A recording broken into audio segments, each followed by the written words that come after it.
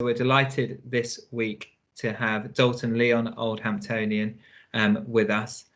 Dalton is the Chief Executive of the Children's Trust, which is for children with brain injury.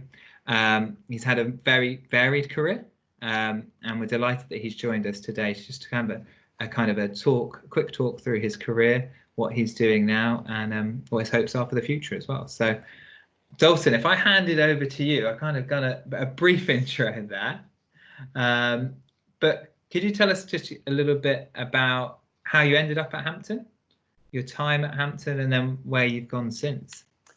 So I was the last of the Grammars. So I got into Hampton in 1974, just the year before it became independent, following the footsteps of my two older brothers who also went to Hampton Grammar. So we lived just down the road in Teddington, and had 7 great years actually at Hampton Grammar. Loved it. And shall I move on from that straight away? No. I've got this amazing photo which I shall share with you of my pudding bowl haircut, which you only see these days if you're in lockdown with COVID-19. Yeah, we're all getting that. Yeah, you'll see that. But then, so I moved on from Hampton in 1981, and my exam results were not as good as I had hoped they would be. I chose not to go to university and instead chose a career that many people that either didn't get the grades they wanted to for university or didn't get the grades at all chose, which was banking and financial services. So I started a career in banking. I sort of stumbled into it almost. And it was quite slow progress for the first 18 months or so. And that's, I guess, where my first piece of luck hit me, and I was sent on an outward bound course. So it was in the Lake District at Lake Ullswater. We were doing crazy things like rock climbing, abseiling, canoeing. I couldn't swim at the time, but I was capsizing the canoe on purpose in Lake Ullswater, turning it upside down and having to get out. Which, if you asked me to do that now as a sensible adult, I'm not sure I would have. But anyway, in those days, I did it. But the point about this course, it was actually a leadership and development course, and it was trying to understand the future leaders of that could make it in a banking career. Yeah. So I was 19 at the time. And after that, actually, my career then just went very quickly in the next, 21 years. I had 21 years in banking and financial services. In that time, something like 16 different promotions. I worked in 12 different offices, and corporate banking, retail banking, high net worth, regulated sales, training, project management, you name it. I think I did 4 months of what was then called cashiering, the man behind the till that gave out money. But other than that, it was all office roles, project roles, training roles. So quite a career. And people often ask, well, how then do you move then from banking to charity? That's quite a strange jump in a way. For me, it was I became a founding trustee of Shooting Star Children's Hospice. Which the boys should know well, because there's a lot of fundraising work for that. In particular, our rowers have just finished a fundraising activity for that. So the boys know it well. Yes. So at the time I became a founding trustee of Shooting Star, people were saying, well, how did you get that opportunity? And what it was I was training. I worked for Barclays Bank, the regional office, Southwest regional office as it was called at the time. And I was training, and a friend of mine was also training there. And she, during a lunchtime chat, she said, "Oh, I'm doing this pantomime." And I said, "Oh, I've always wanted to do a pantomime. How'd you get into that?" "Oh," and the next day she came up and said, "I've got you a part in pantomime. You're going to play Sergeant Cato in Cinderella, a walk-on part as a policeman, Sergeant Cato, as in the Pink Panther films." Anyway, I did that pantomime, and the lady that was the director for that pantomime used to be an administrator for a charity called REACT, Research, Education and Aid for Children with Potentially Terminal Illnesses, was its full name. So for a few years I did a pantomime with her, and then in 1995 she left REACT and started a new charity called the Shooting Star Trust. Well, that was its working title at the time. And I just said, how can I help you? Can I help you shake a can outside little Sainsbury's around the corner from Shooting Star? Or whatever. How can I help you get the charity off the ground? And she said to me, could you become a trustee? We need trustees to get registered charity status, and you've got the, some of the financial skills and so on. So I became a trustee. I was 31 years old at the time, and I became a founding trustee of the Shooting Star.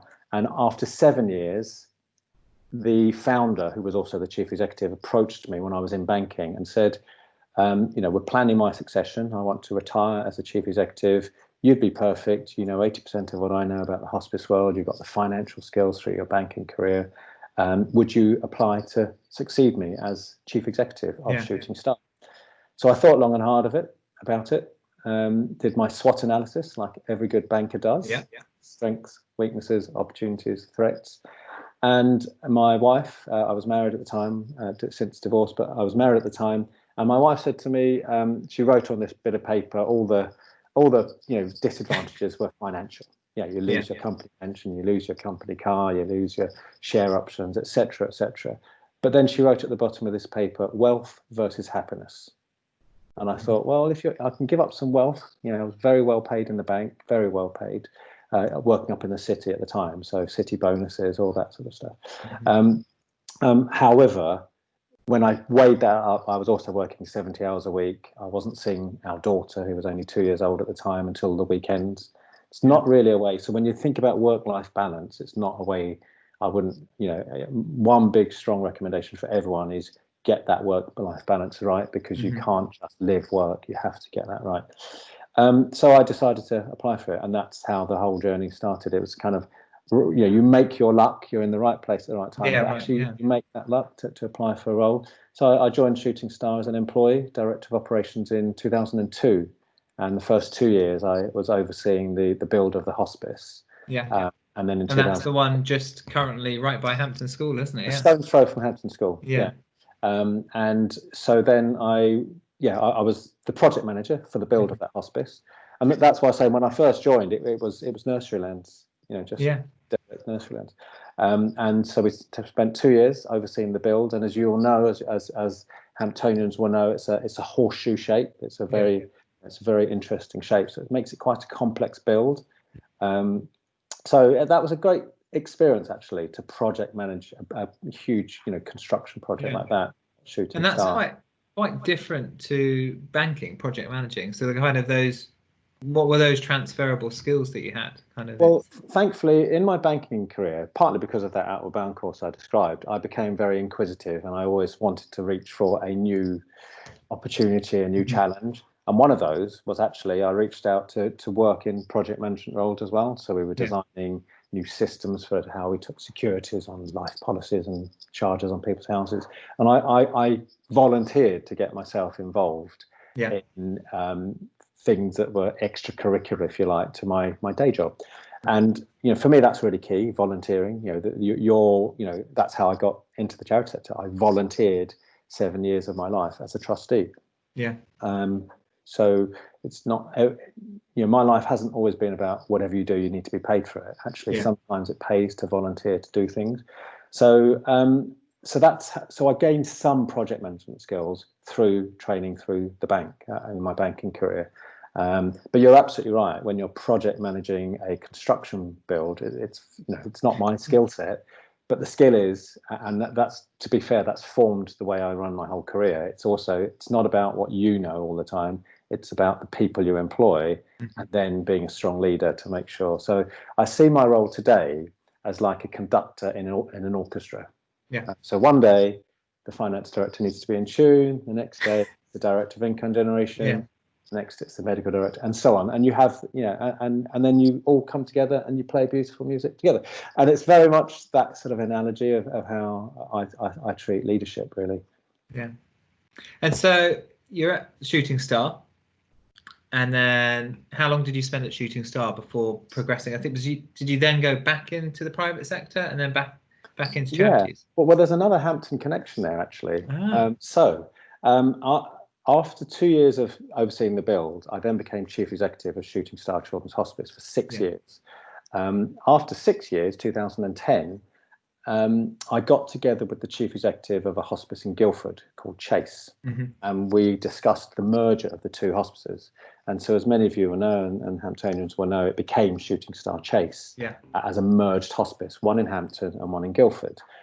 It's more recently been renamed the Shooting Star Children's Hospices, which is fantastic because when I first became a trustee at Shooting Star, I asked the founder why she called it Shooting Star. And to this day, I'm inspired by her response, which is a shooting star, because obviously, by definition, as you know, we look after children that are not expected to reach adulthood. And she said, well, a shooting star is like a dying child, here, sparkling and beautiful, but gone all too quickly.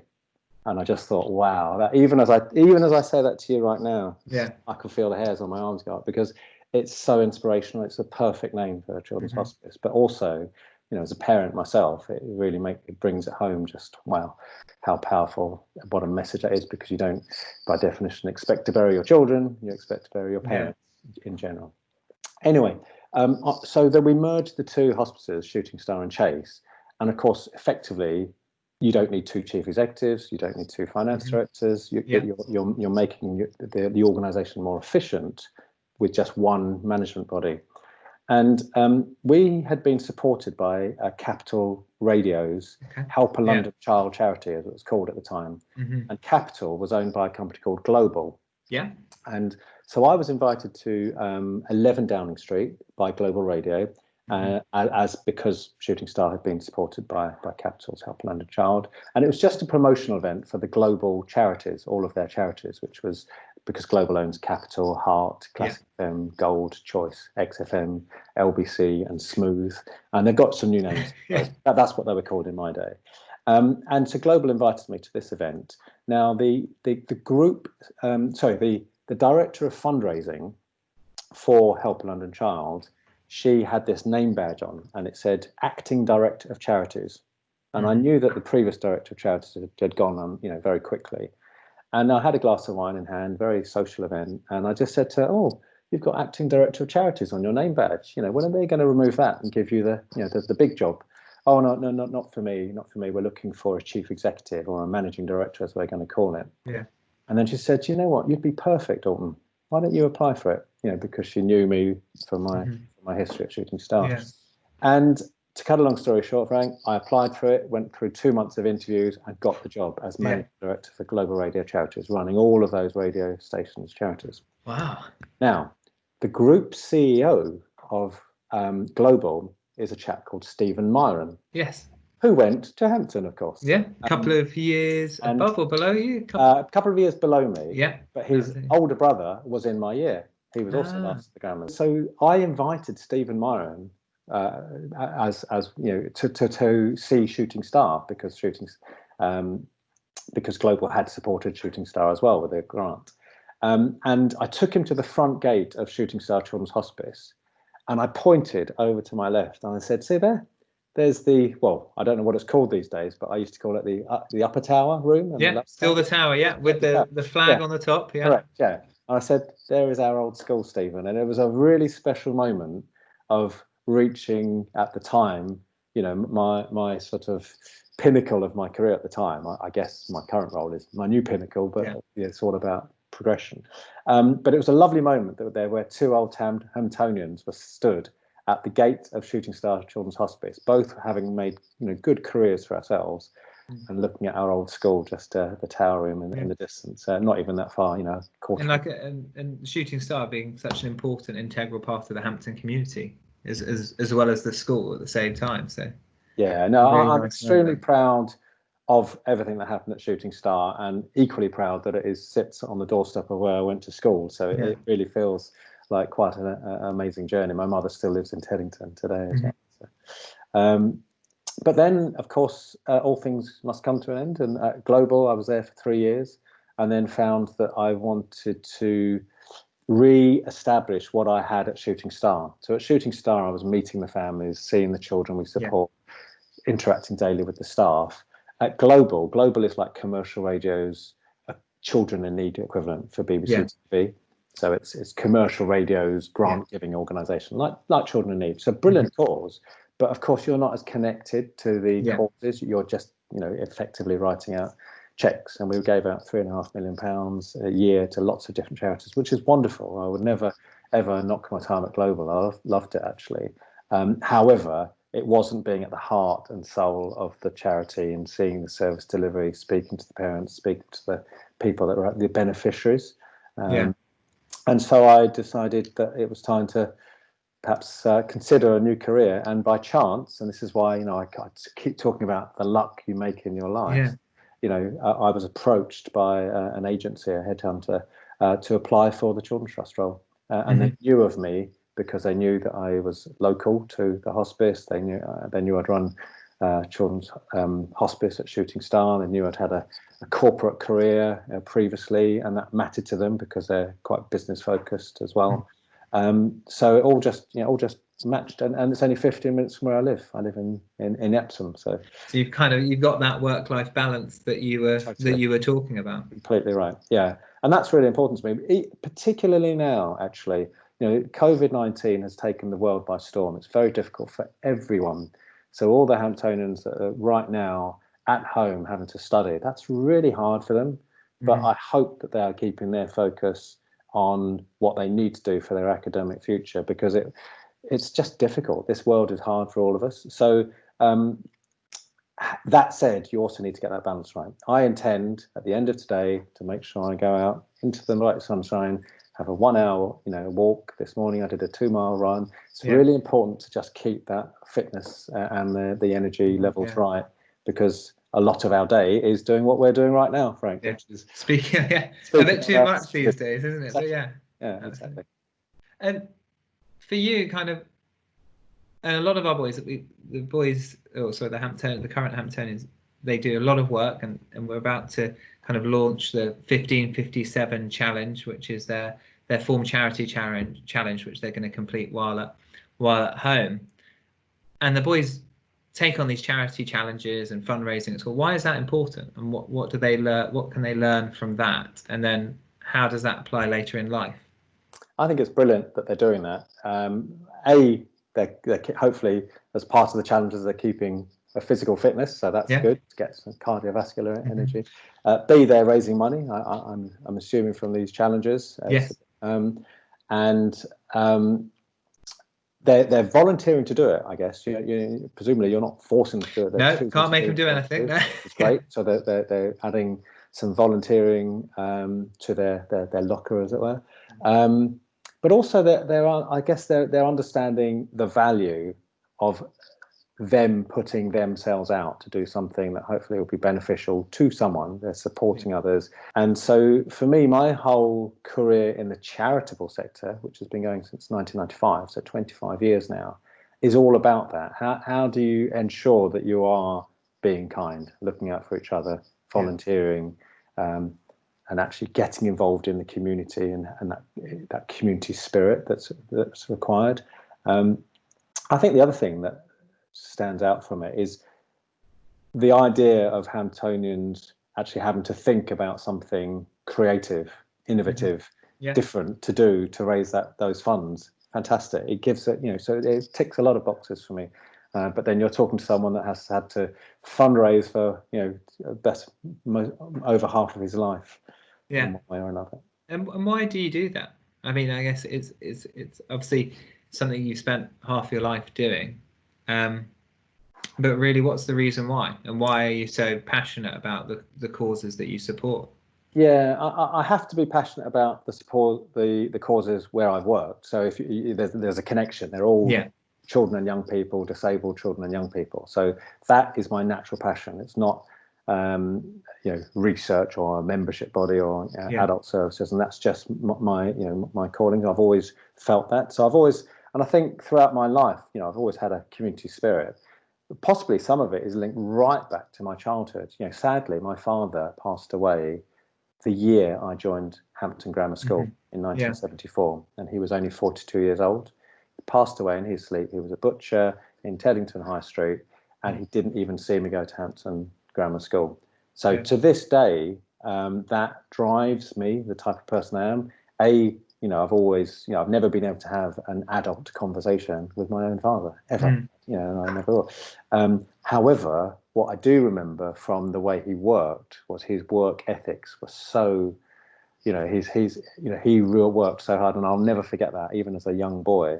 And so it's driven me, but also he was very committed to always just being part of the community.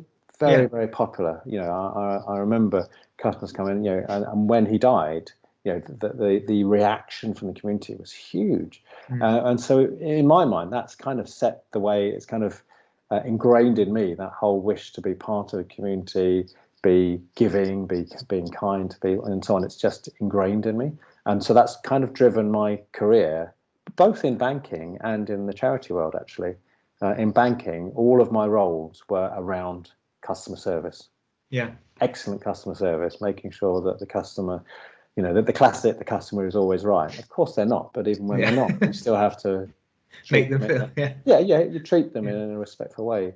But I think some of those skills or feelings don't always seem to exist. So I will always go, if I go into a shop, well, obviously I can't go into many shops these days because they're not open, but when I used to go into shops before COVID-19, it was very much, I'd always, if I'd walk out of there, if I felt like I had bad customer service, I'd make a point of, if I'm walking along the street with someone saying, that was poor, wasn't it? And it's how you learn from that. And my career has all been about learning from, if I've seen bad customer service, I'll clock it and go, well, that will never happen. I won't be like that.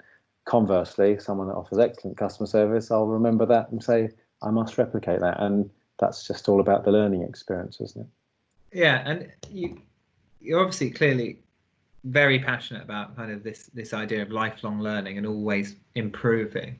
And I was very fortunate. You did a brilliant interview on Spring Pod, which I saw, and you kind of, in there you highlighted some success criteria, and I just think that it came across really well. And I just thought, is it possible to kind of go over that for the current Hamptons, just as and we'll put it up here for them, because I think it's just really useful.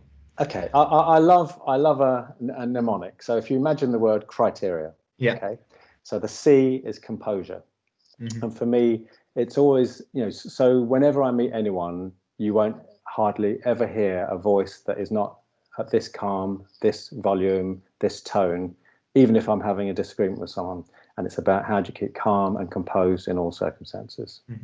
The R is rigor. How do you make sure that in all your decision making, you're robust and you're rigorous in your approach, attention to detail in everything you do?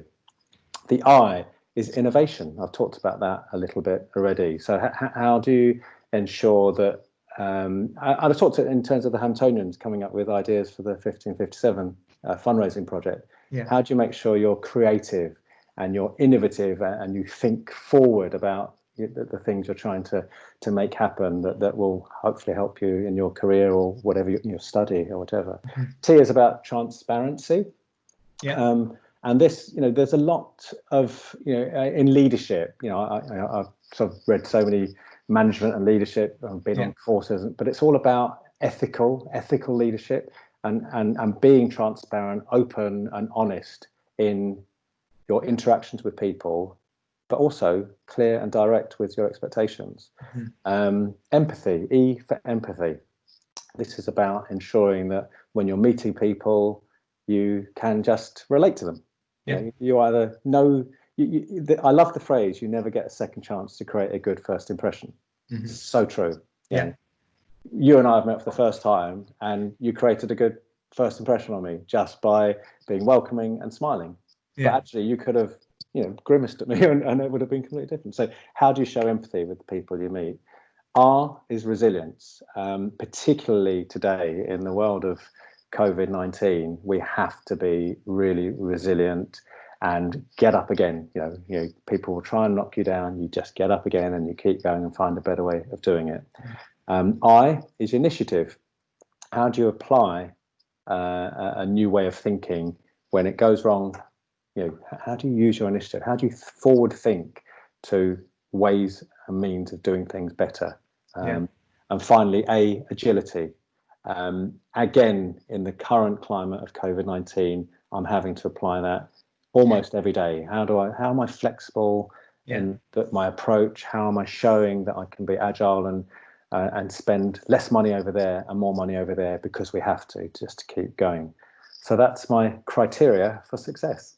Yeah, no, I think it was, when I heard it for the first time, it was brilliant. It's even better the second time, because it's just, I think it's simple and it's to the point, and I think very helpful for the boys. Just on that last one, in terms of agility, or actually the last two there, I'll check my spelling. I know that I had a spelling mistake in my email to you, so I'm conscious of my spelling. But resilience and agility, I think you've linked those to the current situation, and obviously it's a challenging time for everyone. Just a little bit on how is your charity kind of maintaining that resilience and agility at the moment?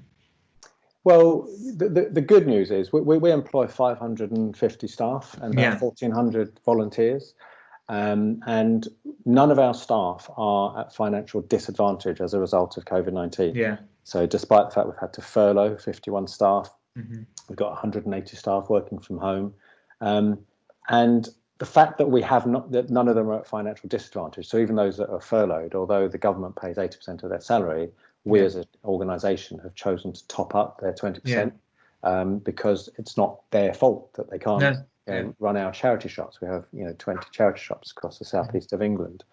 So that for me is partly because we've tried to be agile in our approach. We've certainly batted back against what COVID-19 is throwing us, and been resilient and facing up to it. But that in itself is because we've started in a place where we're a well-run business. So I never apologise as a charity chief executive for running the organisation as a business. We are absolutely that. We have to be true, except that we're in banking, you have shareholders. Our customers are the children with brain injury and their families that we support. We owe it to them. We owe it to the commissioners that fund some of our services to make sure that we're an efficient organisation. So because we do run it that way, we run it as a business, we run it as an efficient organisation, it's allowed us to be able to adapt. So, another A for, would be adaptability. How do you adapt to change? It's the same, it's showing that agile approach. So we've set ourselves up well as a business, as a £25 million business, where we can run efficiently, but also change direction, change tack, and show true resilience in the time of a global crisis. Well, Dalton, that's been absolutely brilliant. We normally go to questions here from the audience, and we're not quite at that technological level to have the boys logged in to ask those questions now. But I'm very grateful that you committed before, and hopefully still committed to come back to the school when we're back there. And it would be brilliant to have you to speak to the boys in person. So thank you very much for this. It's been really helpful and brilliant. Thank you so much. Thank you for asking. Brilliant. Yeah, Thank you.